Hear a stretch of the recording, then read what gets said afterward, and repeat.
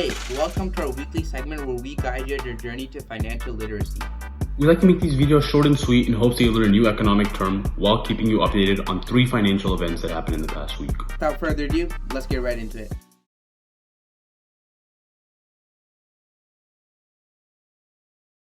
Despite the minor mid-June pullback spurred by concerns of a Fed policy shift, not much has changed in the financial markets or in the outlook for the economy.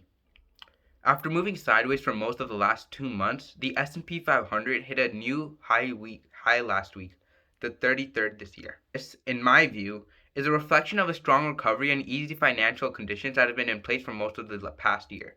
Last week's data provided further evidence that conditions remain favorable for equities even as growth rates slow and the bar of expectation rises. Corporate credit spreads, the extra premium over safer government bonds, are a good barometer for economic health and, at times, are a leading indicator to equity prices.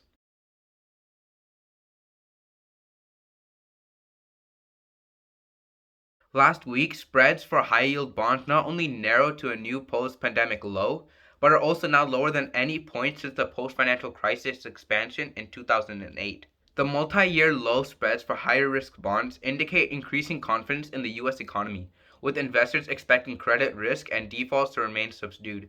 Lower corporate borrowing rates and the declining cost of capital support the rally in equities and contribute to the easing of financial conditions. The Federal Reserve released the results of its annual stress test, which is designed to test the resilience of large banks under severe global recessionary conditions.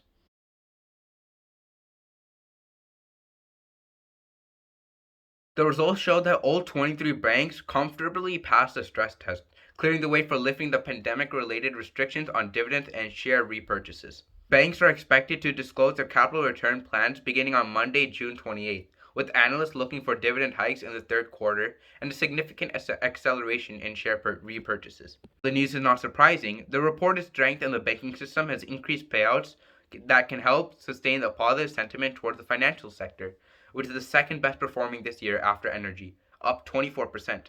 Anyways, that pretty much wraps up the 3 financial news events for this week. Now I'm going to hand it off to Om to discuss our financial term.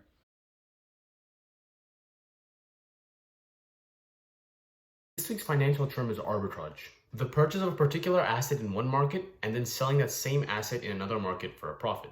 This profit is considered risk-free because as long as your analysis is correct, there's really no way to lose money. The only reason arbitrage exists is due to market inefficiencies. Market inefficiencies occur when an asset's value is not properly represented in its market. In this scenario, it leads to something most economists refer to as deadweight loss. Before we get to exactly what deadweight loss is, we have to take a short detour to supply and demand. In economics, there is a concept called supply and demand equilibrium. This is a mathematical price point where supply and demand balance each other out. For a simple example, let's think about your local pizza shop. Let's say they used to sell their pizza at $15. Most consumers, such as yourself, believe the value of the pizza to be $20, so the pizzeria gained huge demand for their cheap prices.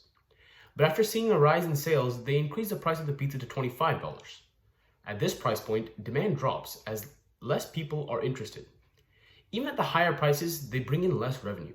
That lost revenue right there is called deadweight loss. Now that we have a simple understanding of market inefficiencies, let's look at a complicated and simple example of arbitrage in real markets. For the simple example, let's say you find Apple trading on the New York Stock Exchange for $135. But on the Bombay Stock Exchange, you see Apple trading for 10,050 rupees. If you convert the numbers, $135 in rupees is 10,013, which means that as a trader, you can gain 37 rupees per share. If you do this in mass volume with lots of money, you can also make a lot of money. Now let's dive into a slightly more complex example of arbitrage. This form of arbitrage is called merger arbitrage. This strategy is commonest amongst hedge funds, where they buy the stock of the company about to be acquired and sell the stock of the company buying it. This is because in typical circumstances, stocks that have chances of being acquired must be bought for at a higher price than the current market price or valuation to guarantee its purchase. For that reason, if someone invests in a company prior to an M&A, they're guaranteed to make money. In the same way, the stock that is buying another one is bound to lose market value for buying another company at a higher than expected market valuation. This is how most M&A arbitrage opportunities are found. However, these are not entirely risk-free as there are chances that the merger and acquisition doesn't go through. due to many reasons that could be legal or corporate. So as an arbitrage trader, it is your duty to research and derive a probability in your favor to carry out a trade like this. Thanks for watching the video, and if you really enjoyed it, please hit that like button. And if you really enjoyed us over a long period of time, please hit that subscribe button, as it really helps us grow. Thanks, and until next time.